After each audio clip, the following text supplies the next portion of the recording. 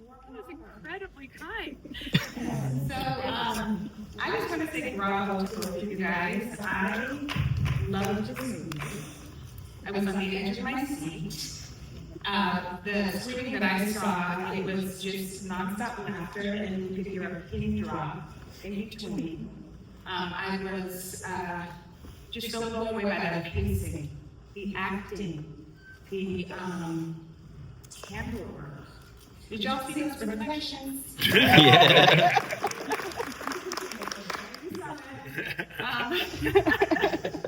And that the light, that one moment where the light. I positioned myself. Anyway, so how did you guys come to be involved with this project?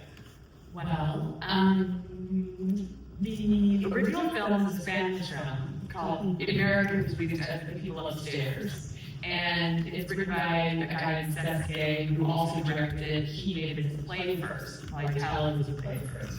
He then adapted it to his own film. Then Rashida Jones and Will McCormick adapted it to the English language version. And that script had been kind of floating around, as so many great projects do, for a few years.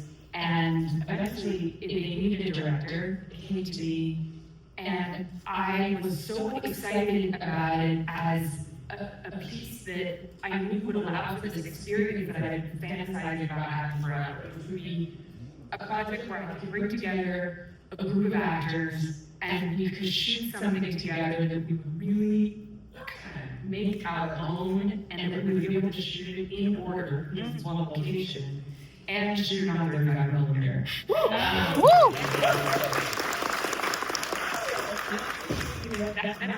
was one of the greatest actors in the world. And it was right around that point that Seth asked me to come on the studio. Yeah. And after that, I just started begging him to come for the invite, and then we were off to races. I love it. It has echoes of Who's Afraid of Virginia Woolf. It's amazing. I was thinking it could become a play. It would be interesting if it kind of went back into its roots and became a play. Yeah, that should never draw there.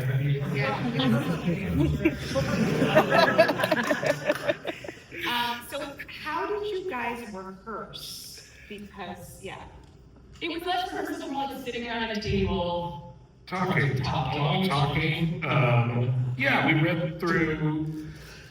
It was a lot of people bringing their own personal stuff to it, I think, and the movie changed. And this happens a lot, I find, where like you'll work on a movie for years, but in like the 2 or 3 weeks before filming, it will change more than it had in the previous like 2 years of development. And I think that's like a very healthy process because like then it's real all of a sudden, and everyone like leans in a way that's much more intense and sort of, you know what's going to happen, and you know the actual actors, and they have things that they're bringing to it, you know, and so it was really all just, it was us talking, sort of talking about characters, what we wanted to kind of express, and Olivia was like incredibly open to the film evolving in this time. It was really not holding on to anything, and including like literally what happened in the movie, and it really kind of all got thrown up in the air, and we sort of like the weeks leading up to filming sort of reimagined not only the characters but like the entire kind of series of events what actually happened.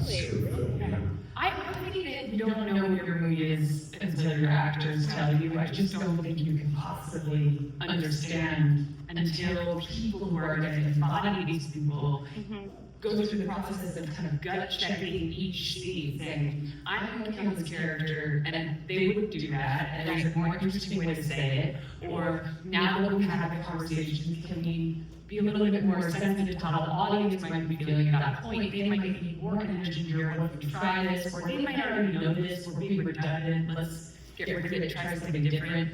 And it was a process of just trying things, and pushing things. Like, I mean, like originally, like we didn't partner off and break up. Like that was an idea I remember that came up in rehearsal. Was like, what if we really push it to the brink of these two couples maybe fucking each other? which was not even remotely in the original version of the screenplay. Like we didn't partner off, we didn't split up at all. We were pretty much all together the entire time. And so first the idea that like me and Melanie would be together as they're kind of touring the apartment came up, and then that kind of being a precursor to us actually splitting off and hooking up, like all that came up in rehearsal just through us kind of creating characters and thinking like, oh, it'd be funny if our two characters roll out, like what would they be talking about? It'd be funny if those two characters roll out, what would they be talking about? You get more insight on my guy if I'm with her, and then you get more insight on her if she's with him for a second, you know, and what does she act like when I'm not around? And all that literally was in the weeks leading up to shooting. And Olivia, again, to her credit, was not like freaking out that all these threads were being pulled on and were kind of unraveling in many ways, sort of like the architecture of the film. She was very excited about it and very kind of gung-ho about like kind of charging into the fray as far as like, okay, this sounds better, let's do it. Let's not worry that it's different and maybe that's scary. The whole thing set in one apartment, so that's really nice. But yeah, you really embraced these like big changes. Yeah. I think it's always the best idea wins, always, for everything. And no director can ask for anything better than a cast who are really engaged and excited and coming with ideas. And, you know, Edward came up with the whole idea that his character would be obsessed with rugs and all his idea. And he's like, I think my guy loves rugs. The whole stock thing was his idea, right? Yeah. Lance. Yeah, he was like a guy named Lance, and he was like, I want to be Hawk, and there's a reason I'm Hawk.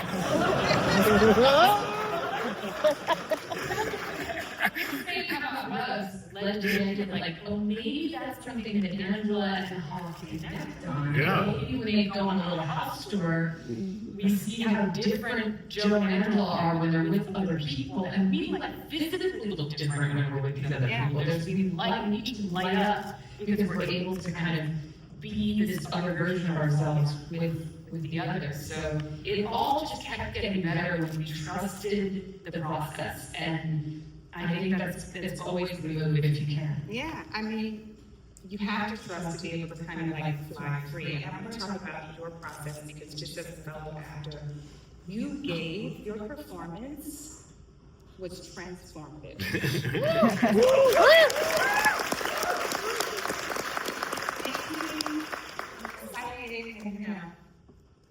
Oscar, but anyway, in two categories maybe.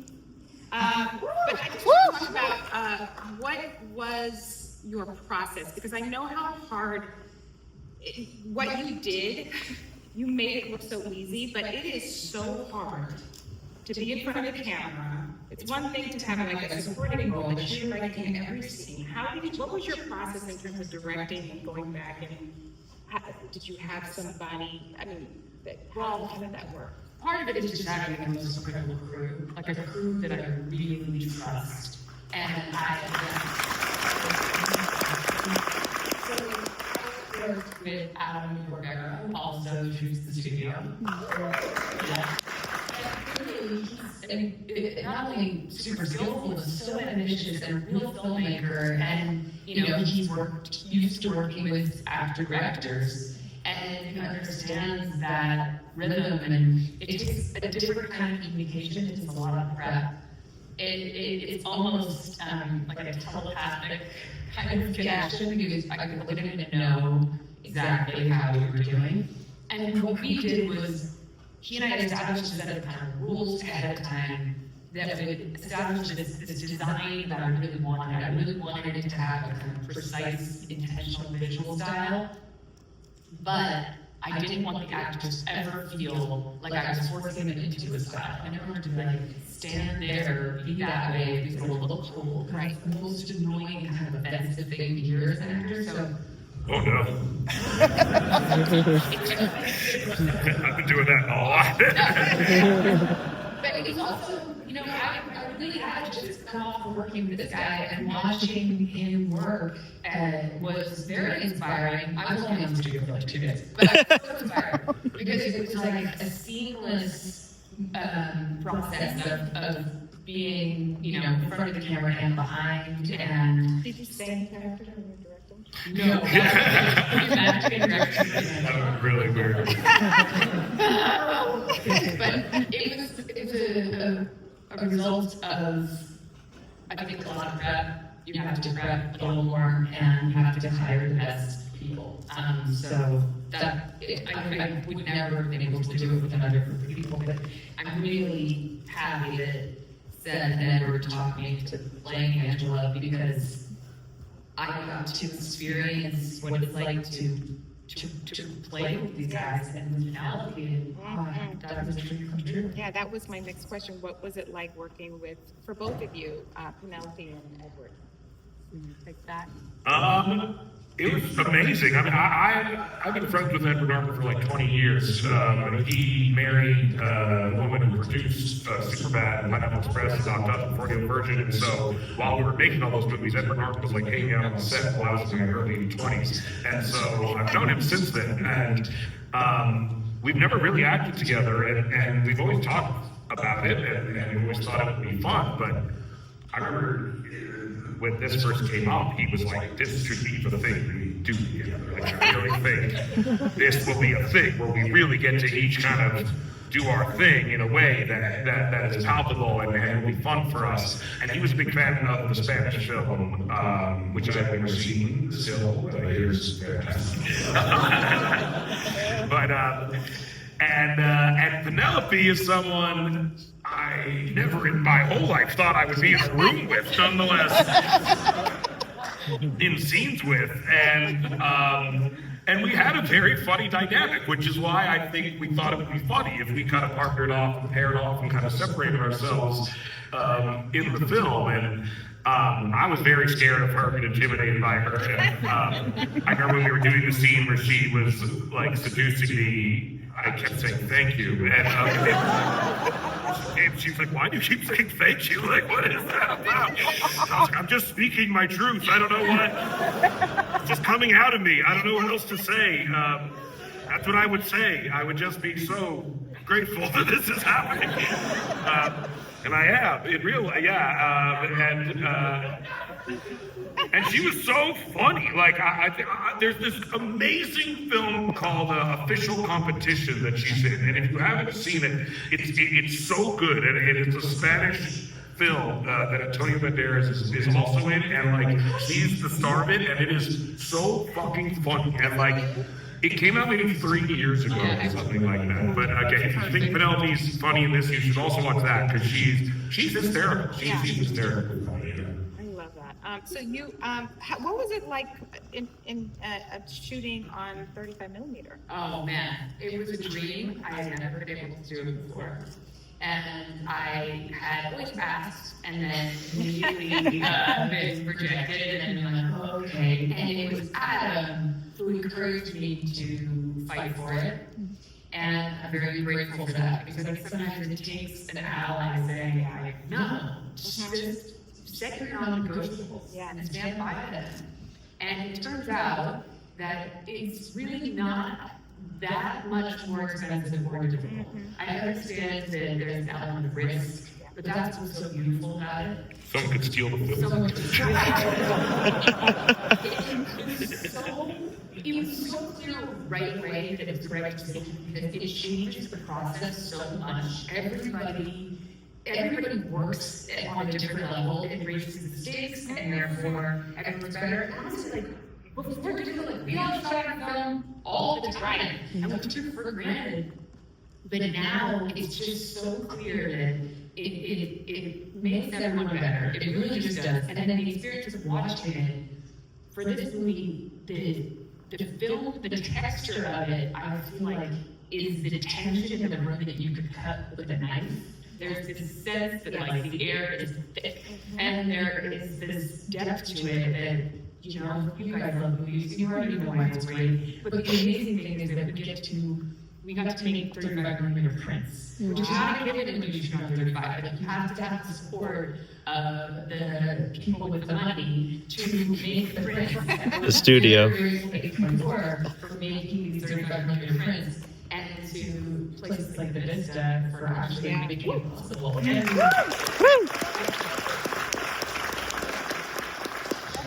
projectionist.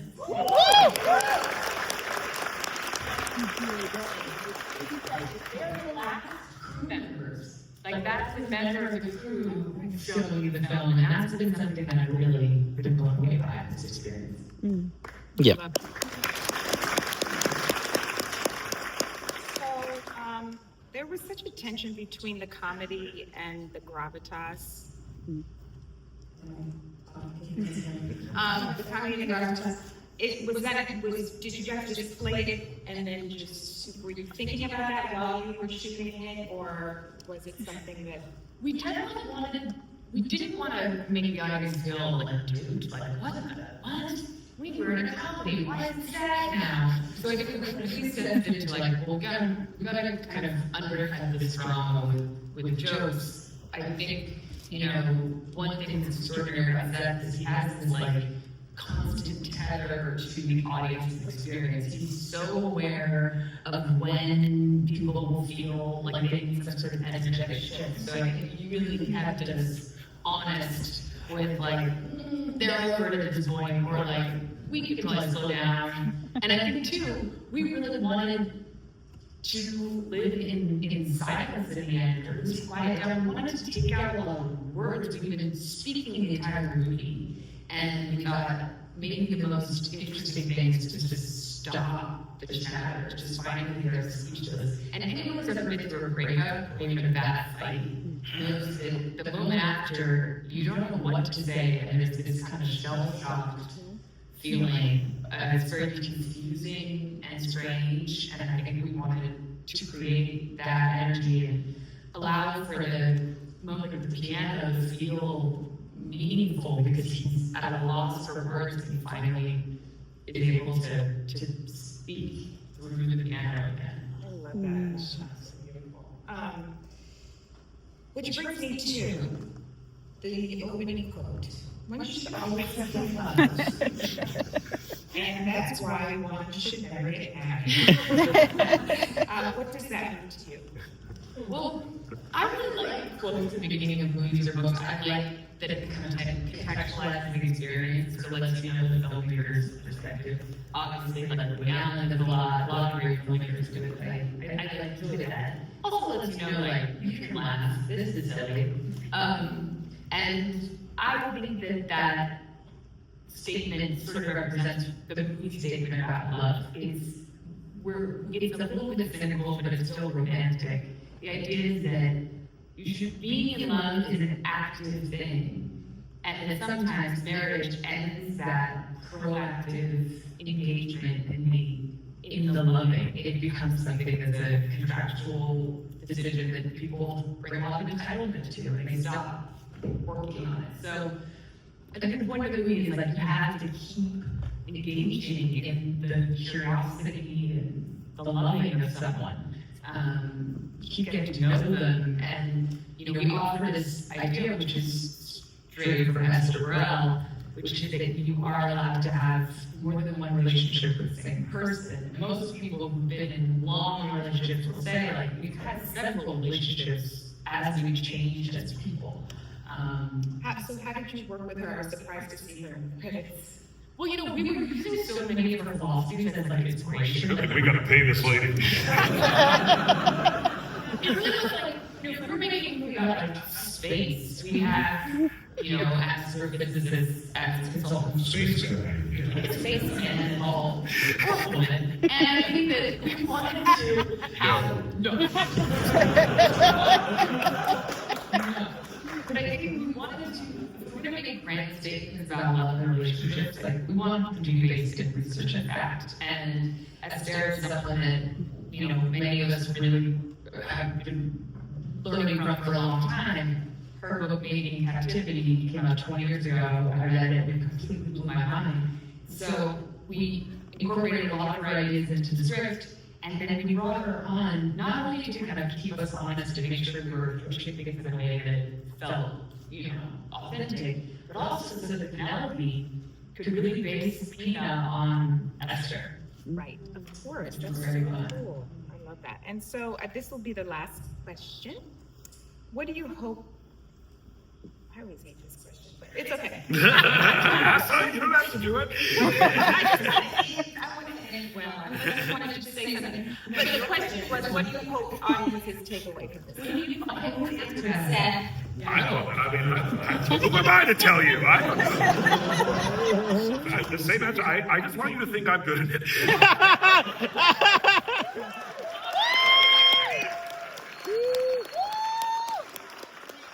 All I care, if nothing else, take that. You were great in Supergirl. Great. The acting is so great. I can't wait to see it again. I feel like this is going to be truly a new classic that we watch over and over again, getting something different every time at different times in life. Yes. And it feels that way to me. But anyway, thank you so much.